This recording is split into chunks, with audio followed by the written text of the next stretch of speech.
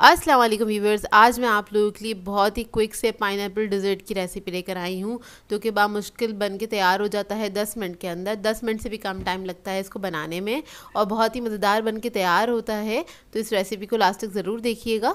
अगर आप मेरे चैनल पर नए हैं तो मेरे चैनल को सब्सक्राइब करें, साथ साथ ऑल नोटिफिकेशन को क्लिक करें। इससे आने वाली मेरी हर नई वीडियो की नोटिफिकेशन आपको सबसे पहले मिलेगी। वीडियो अच्छी लगे तो लाइक एंड शेयर करना ना भूलें। तो चलिए ये रेसिपी स्टार्ट करते हैं। इसके लिए एक मैंने पैन ले लिया है, उसके अंदर मैं ऐड कर दूंगी 1 कप पानी और इसको हम पकने के लिए छोड़ देंगे। हल्का सा बबलिंग बॉईल हो जाए, जब इसमें अच्छे से बबल्स आने लगेंगे, पक जाएगा, तब हम इसके अंदर ऐड करेंगे पाइनएप्पल जेली 1 पैकेट। और वो ऐड करने के बाद इसको हमने मिक्स करना है अच्छी तरीके से। बस इसको डिज़ोल्व करना है, ज़्यादा देर नहीं लगती है जेली को पकाने में, बस मुश्किल से आधा मिनट ही लगता है इसे पकने में। तो ये जैसे ही डिज़ोल्व हो जाएगा तो बस आपने चूल्हा बंद कर देना है। थोड़ी सी इसकी स्टीम निकाल दें और उसके बाद किसी बाउल में इसको ट्रांसफ़र करके आपने इसको रख देना है इसको फ्रिज में, ताकि थोड़ा सा सेट हो जाए। तो देखिए रेडी हो गया है। इसके बाद हमें चाहिए होंगे बिस्किट्स। तो मैंने वीटेबल बिस्किट्स लिए हैं, 1 पैकेट लिया है इसका और इसको हमें करना है चूरा चूरा। ये वाला पैकेट लिया है, आप तो कोई सा भी ले सकते हैं। मेरे पास शुगर फ्री मौजूद था इसलिए मैंने ये ले लिया है। बस ये थोड़ा सा कम मीठा होता है और कुछ नहीं है। बस इसको हमने चूरा कर लेना है अच्छी तरीके से, चाहे तो फूड प्रोसेसर में डाल के कर दें, मैंने हैमर की मदद से कर दिया है। तो देखिए इसको अब मैं एक प्लेट में ट्रांसफ़र कर लूँगी पूरे पैकेट को। और इसके अंदर हमें ऐड करना है बटर। बटर मैंने लिया था मेल्टेड बटर और 3 टेबलस्पून के बराबर है, ये इसमें ऐड कर दिया है। इसको मिक्स कर लेंगे अच्छी तरीके से, हाथ से इसको मिक्स कर लें, इससे इसका फ्लेवर बहुत अच्छा आ जाता है। और उसके बाद हमें एक चाहिए होगी ट्रे। कोई भी आप सर्विंग डिश ले लीजिए, ट्रे नहीं चाहिए, हमें डिश चाहिए। और इसके अंदर ये सारा जो चूरा है बिस्किट का वो हम इसमें ऐड कर देंगे। थोड़ा सा बचा लिया है मैंने 1 या 2 टेबलस्पून के बराबर ऊपर से गार्निश करने के लिए। और इस सबको हम सेट कर लेंगे। तो मैं हाथ से ही सेट कर रही हूँ, आप लोग चाहें तो स्पून के साथ भी इसको सेट कर सकते हैं। बस हल्का हल्का सा आप इसको दबा दें ताकि अच्छे से सेट हो जाए। और उसके बाद हम इसको यहीं पर रख देंगे काउंटर पर ही।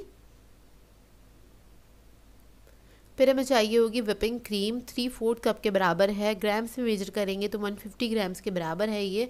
इसको हमने विप करना है अच्छी तरीके से। तो बस इसको हमने विप कर लेना है, मुश्किल से 1 मिनट लगेगा। और बहुत ज़्यादा थिक नहीं करना है इसको, थोड़ा सा इसको लूज़ ही रखना है। ये देखिए इस तरह से। इसके बाद हम क्या करेंगे, जेली जो हमारे पास सेट हुई हुई है वो हम इसके अंदर डाल देंगे। छोटे छोटे से पीसेस कर लें स्पून से, बस मैंने तोड़ दिया था इसको क्योंकि इसको हमें विप्ड ही करना है। क्रीम में ऐड करेंगे और इसके बाद इसको हमने अच्छी तरीके से वेट कर लेना है कि जो जेली के बड़े चंक्स हैं ये सारे एकदम टूट जाएंगे और ये यकजान हो जाए। तकरीबन 1 मिनट तक आपने इसको अच्छे से वेट करना है, बहुत मज़े का फ्लेवर हो जाता है क्रीम का।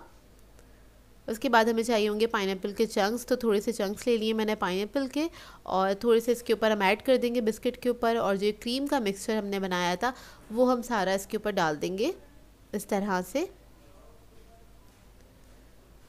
और इसके बाद इसको हमने लेवल कर देना है अच्छी तरीके से, नाइफ़ की मदद से लेवल कर दें।